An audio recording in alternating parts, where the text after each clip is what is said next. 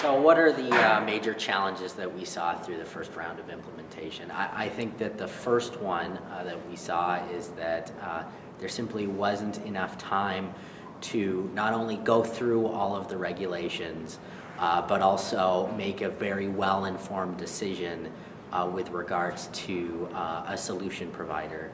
The final regulations came out in October of 2010, and the implementation date was January 1st, 2011 for equities. So many firms were in sort of a scramble mode, not only to select a provider, but also to understand what areas they needed to work with their providers in order to remain compliant for that first implementation. Another thing that we found is that the market's continuously changing. So yes, the first implementation passed. Obviously, there are two more coming up. And there are still calculations, concerns, and still issues around wash sale functionality that firms need to work through with their providers.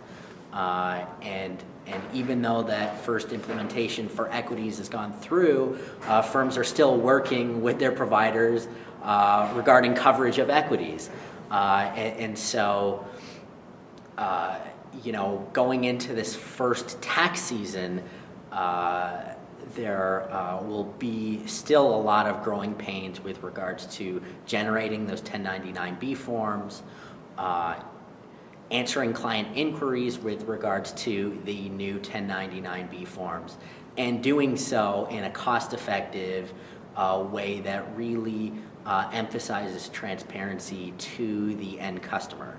I think those are some of the major challenges that I've seen so far, and that will continue at least through this first round of tax reporting.